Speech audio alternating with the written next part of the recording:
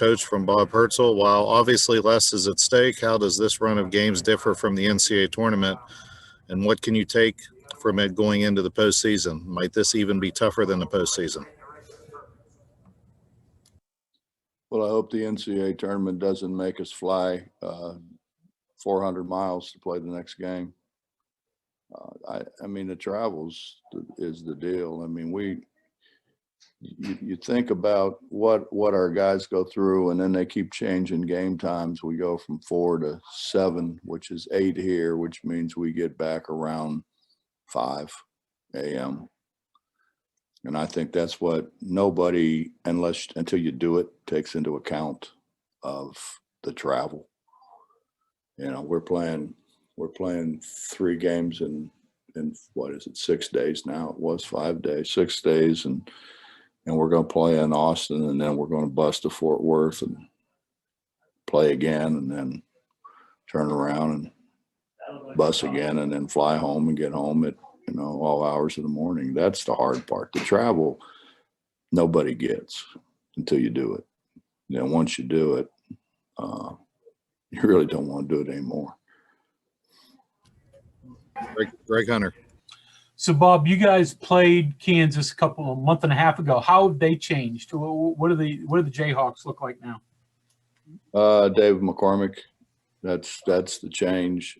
They're throwing the ball to him, and rightfully so. He's improved, I think, more than anybody I've coached against in however many years it's been.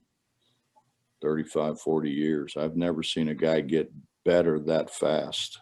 And he's a heck of a threat for him now. And they're really looking to throw him the ball. He go over his left shoulder, go over his right shoulder. He's shooting jump shots.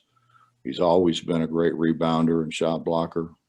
I mean, I think he's put himself in position to be one of the most talked about guys in the country, the way he's improved. And, you know, he's always had a great body and great athleticism, but his skill level has improved dramatically. Coach, a follow-up from Hertz. Deuce has gone a couple of games without making a 3. How important is it for him to get back making them, to draw the defense to him so that he can either drive past it for a mid-range jump shot or dish it off to Culver or other teammates? Well, it's obviously obviously it's important for us for him to make shots. I mean, he's the one guy we have who can create a good shot. I mean, we have other guys who can make shots, but they don't have the ability to create shots the way Deuce does. John Anthoney. To Hertzel's first question, you're going into a gauntlet here, 6 straight ranked teams. You did it once before when you were at Cincinnati. What do you remember about that, and what did you learn from it? I don't remember anything from it. You did play 6 in a row at Cincinnati. Yeah, Mess told me that yesterday. I mean, I guess if I looked at who it was, I would remember, you know, some bits and pieces and whether we won or lost. But I know Cal was in that, and they had Jason Kidd and that whole crew. I mean, they were really good. Jason Kidd just we couldn't handle. Do you have to stay in the now when you know you've got that many tough games coming up in a row? Just concentrate on one and not get too far ahead of yourself? We haven't thought about anything other than Kansas. Okay. So we'll worry about what comes next when that happens. Justin Jackson. Hey, Coach. Kind of on Kansas here, and I don't know, maybe an interesting thing here. If you guys beat Kansas, there's likely going to be a top 25 poll next week with no Kansas, no Duke, no North Carolina, you know, Michigan State, Kentucky. Obviously, this has been a weird year with COVID and all that, but is there any significance to that? Would that say anything to you at all, as, you know, as a guy who knows the history of the game? Well, I think what that says to me is just wait until we have transfer and immediate eligibility. I think Chris Beard said it the best. You know, we will no longer recruit. It'll be all roster management, and I think that's true. I mean, I think everybody's going to recruit from the portal.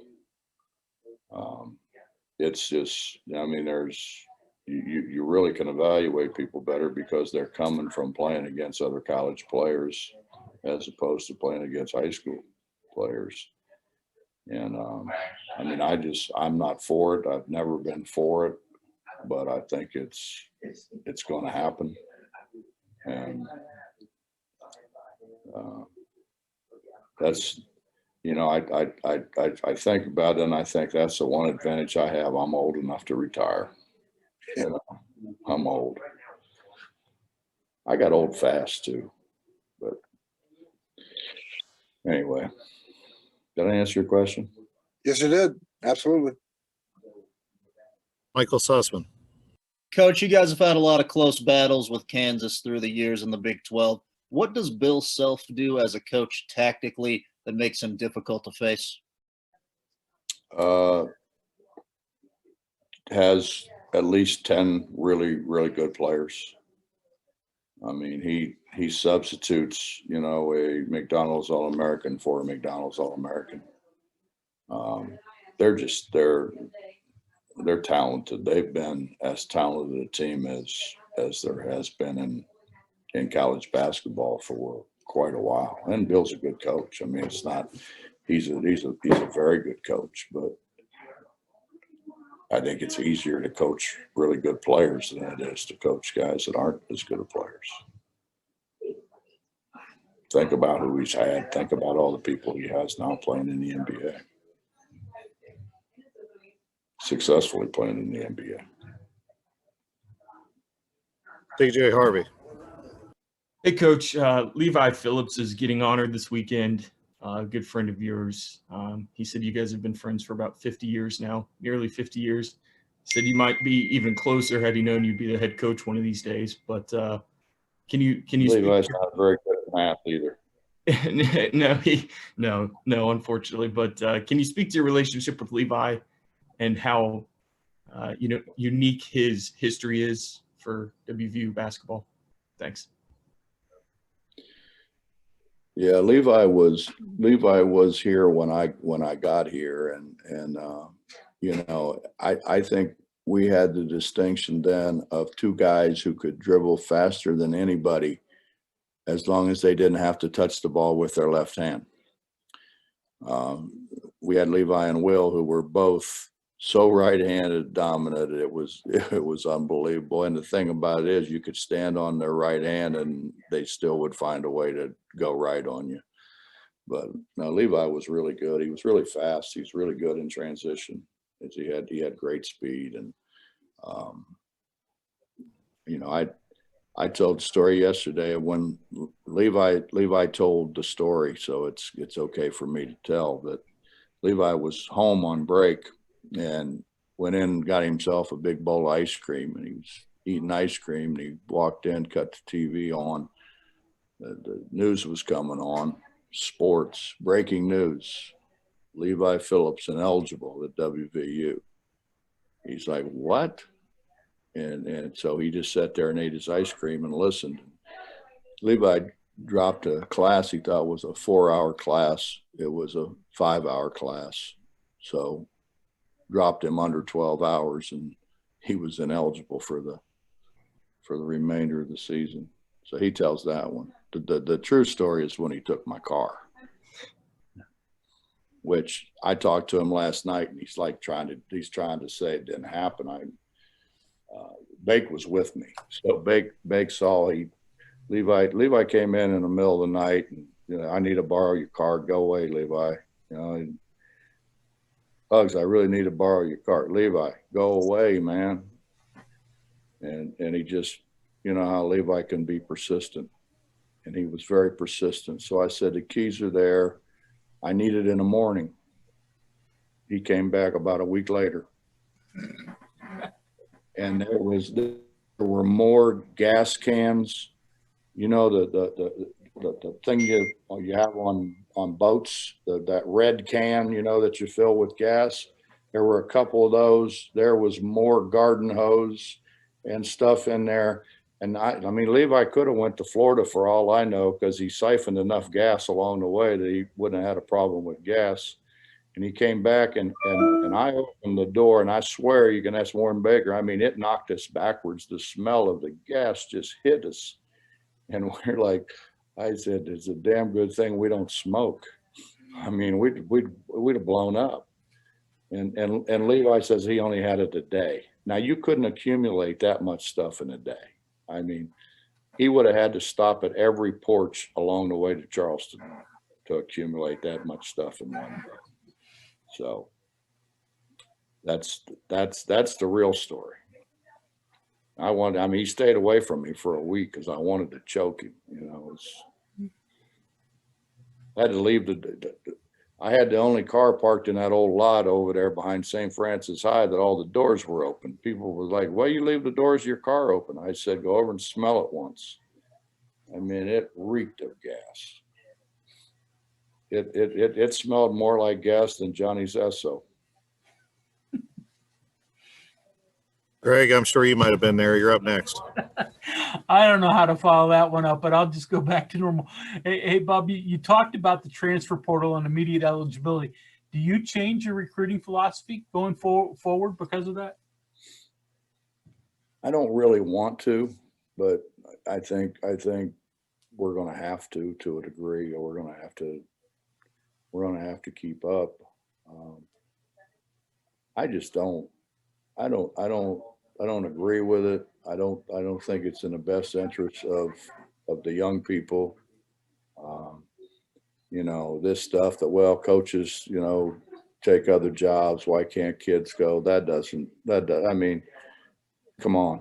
I mean, so if you're a lawyer and you change law firms, that gives your son a chance to drop out of school and go do something else. No, that's not right. You know, it's I think it teaches the wrong kind of things, and I think it'll just be one of the many things that is going to hurt this country. Back to John. I forgot my damn question after that Levi story. And by the way, Levi tells a different version than your story, but we'll leave it at that. Well, you can ask Bake. I mean, Bake was there when I opened the car door. I mean, I'm glad Bake was there, because I mean, Levi would Levi has lied himself out of a lot tougher situations than that, John. Believe me, he has. I mean, if Levi should be known for one thing, is he's a very accomplished liar. I mean, he's really good at it. Very convincing. Well, my question is, when you don't have a great rim protector, how do you defend well? And how have you defended well in the past when you haven't had a great rim protector? Well, you try to stay, between your man and the basket.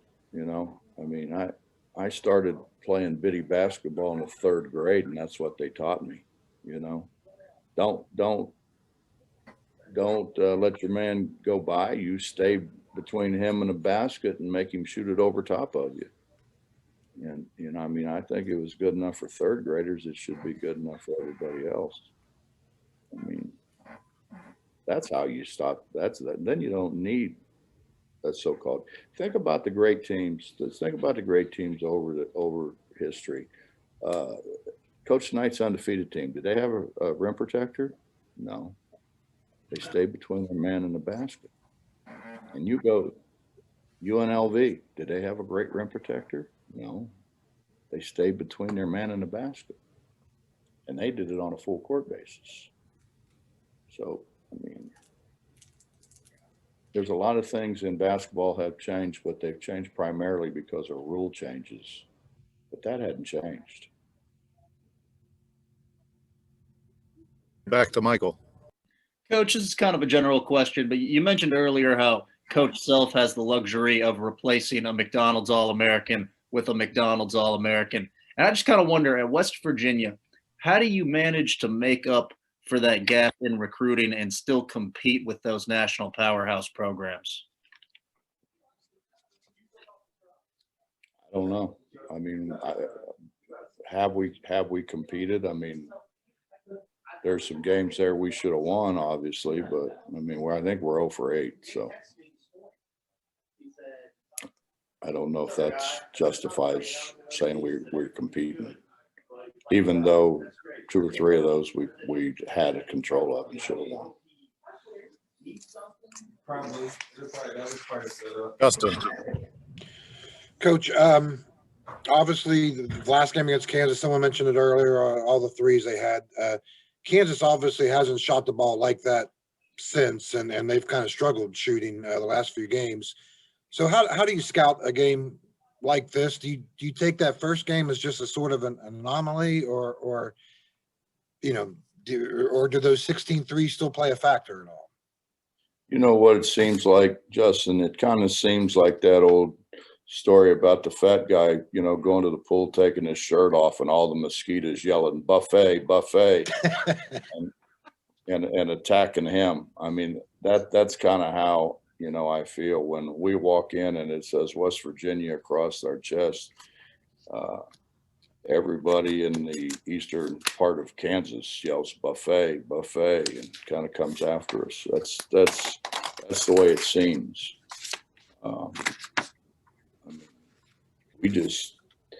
We haven't finished what we started there. And either do mosquitoes, when they get full, they leave, I would assume. John. Last one for me, and this goes back to the first question I asked you about the ranked teams. You've averaged, since you've been here, you've averaged 10 ranked teams per year, which is far more than your predecessors. Why play – I mean, you've got them built into your league, so you've got to play them, but why play so many tough games?